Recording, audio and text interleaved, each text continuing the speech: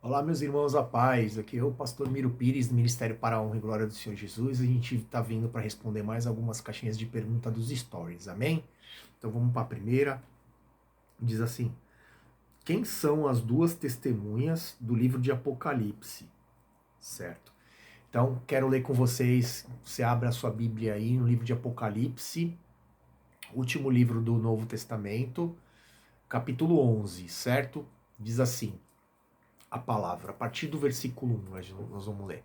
Depois disso recebi uma régua de medir, parecida com um caniço, e me disseram: levante-se e tire as medidas do templo de Deus e do altar, e conte as pessoas que estão adorando no templo. Porém, não tire as medidas do pátio exterior do templo, pois este pátio foi dado aos pagãos que pisaram a cidade santa durante 42 meses. Eu enviarei as minhas duas testemunhas, vestidas com roupa feita de pano grosseiro, e elas anunciarão a mensagem de Deus durante 1260 dias. As duas testemunhas são as duas oliveiras e os dois candelabros que estão em pé diante do Senhor do mundo inteiro.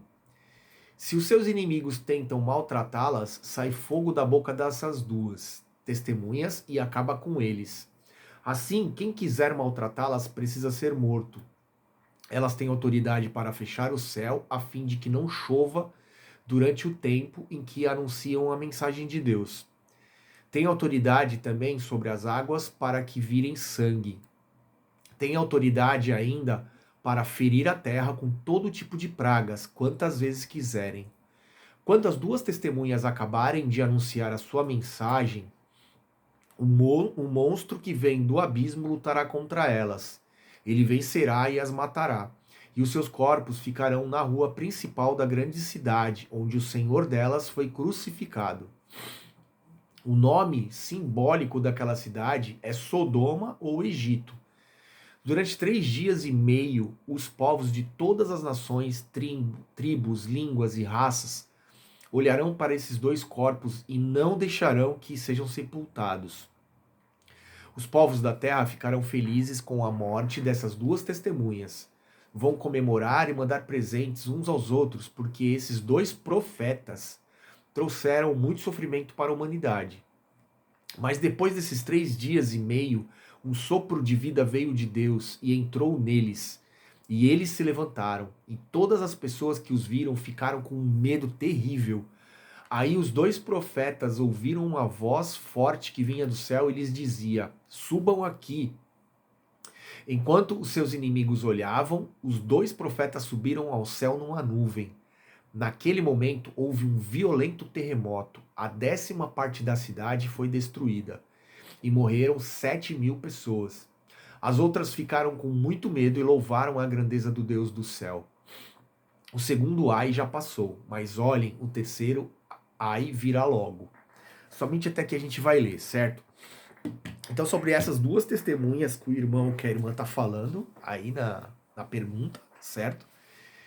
E aí eu quero que vocês atentem o seguinte, tá? Existem vários estudos teológicos que falam quem são essas duas testemunhas.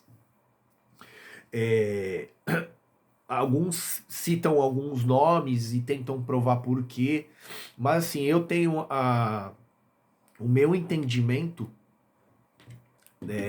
dessa palavra.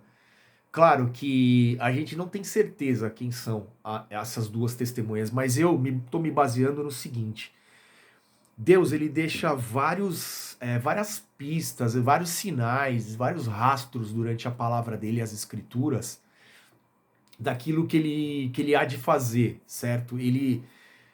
Deus como ele é muito metódico, ele tem um processo para todas as coisas e ele se revela através de toda a palavra dele. Não é só o livro de Apocalipse, que é um livro profético, que tem um livro de revelação, porque ainda vai acontecer. Não. O Antigo Testamento principalmente o livro onde a gente pode conhecer a Deus da maneira mais pura, né? De uma maneira mais transparente, de saber quem é o nosso Deus. E eu quero que vocês voltem aqui para saber as características. Então a gente sabe que as duas testemunhas, primeiro, são dois profetas, né? Segundo, o que nós entendemos é que são homens homens que não morreram, ou seja, eles ainda têm um corpo, assim como o nosso corpo, não é ainda um corpo glorificado. Então, pelas características, a gente vai voltar aqui e eu vou perguntar para vocês aí que vocês pensem quem foram os profetas, né, que em vida fizeram coisas parecidas como essa aqui, ó, por exemplo. Vou voltar aqui. Ó, se os seus inimigos tentam maltratá-la, sai fogo da boca dessas duas testemunhas e acaba com eles. Elas têm autoridade para fechar o céu a fim de que não chova durante o tempo em que anunciam a mensagem. No tempo em que anunciam a mensagem, tá falando aqui que serão 3 anos e meio, né? São 42 meses, certo? Então o que acontece? A gente sabe que quem mandou, orou e veio fogo do céu foi o profeta Elias. A gente sabe também que ele orou e por 3 anos e meio também não houve chuva, né? E depois Deus mandou para que ele anunciasse que a chuva estava voltando também. Ele orou novamente e voltou a chover na terra. E pelo lado do outro, que diz aqui, ó.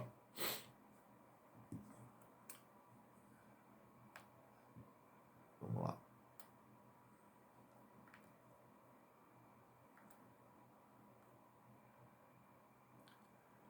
Tem autoridade. Aqui, mais um pouquinho atrás, no 6, fala assim: eles têm autoridade para fechar o céu, já li.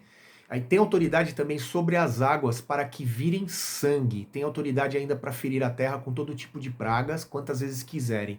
Quem que foi que fez isso, né, lá no Antigo Testamento? Moisés, certo? Então por que que a minha teoria, a minha hipótese, eu fico com um estudo teológico de que as duas testemunhas são Elias e Moisés?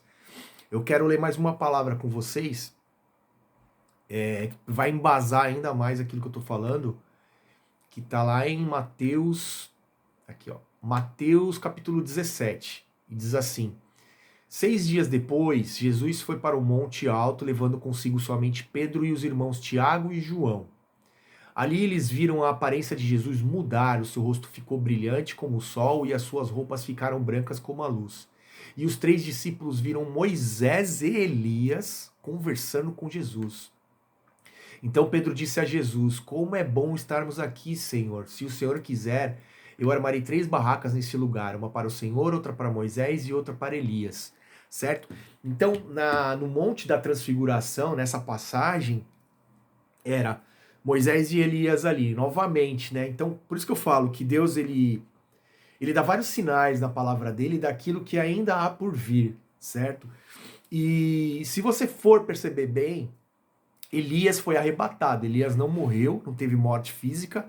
E Moisés, apesar de ter tido morte física, a palavra diz que o Satanás contendeu com o arcanjo para roubar o corpo de Moisés. Então, para que Satanás queria roubar o corpo de Moisés? Por que era importante, né, para Satanás roubar? Por que tinha ainda de plano de Deus pela frente para que Satanás tentasse barrar isso? E por que Deus se preocupou em preservar o corpo de Moisés? Então aí mais uma prova de que eu vou por essa teoria, esse estudo, essa hipótese teológica de que as duas testemunhas são Moisés e Elias, na minha modesta opinião, tá? Claro que alguns vão falar que citam o nome de Enoque, porque Enoque foi arrebatado também, mas não creio que Enoque tenha as características que foram citadas aqui, né? Esse poder e essa autoridade delegada por Deus para estar fazendo essas coisas que foram feitas aqui, certo? Então, creio que tudo, na minha opinião, na minha modesta opinião, aponta para Moisés e para Elias, certo? E fala a palavra depois que depois de 3 dias e meio eles vão ressuscitar. Deus vai dar um sopro de vida novamente para eles, para que eles possam ressuscitar, e aí realmente as pessoas vão perceber que eles eram de Deus. E a palavra diz que eles atormentaram, né? Muitas pessoas foram atormentadas pela pregação deles, por quê? Porque as duas testemunhas elas vão vir depois de que a igreja já tiver sido arrebatada. Então é um tempo de juízo, aonde eles vão pregar realmente arrependimento de uma forma assim dura, sabe? E clara e objetiva e transparente. E muitas pessoas, logicamente, não vão querer aceitar, vão falar que não é de Deus, que eles não são de Deus, e vão acusar de um grande um monte de coisas, né?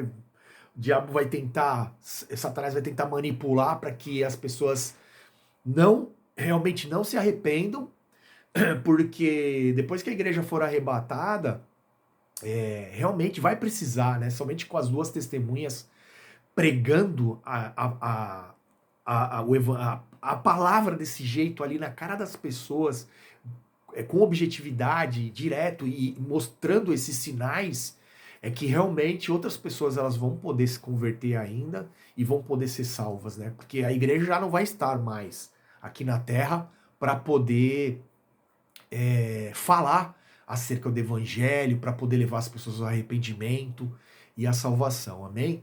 Então eu espero ter respondido essa pergunta, vamos para a próxima.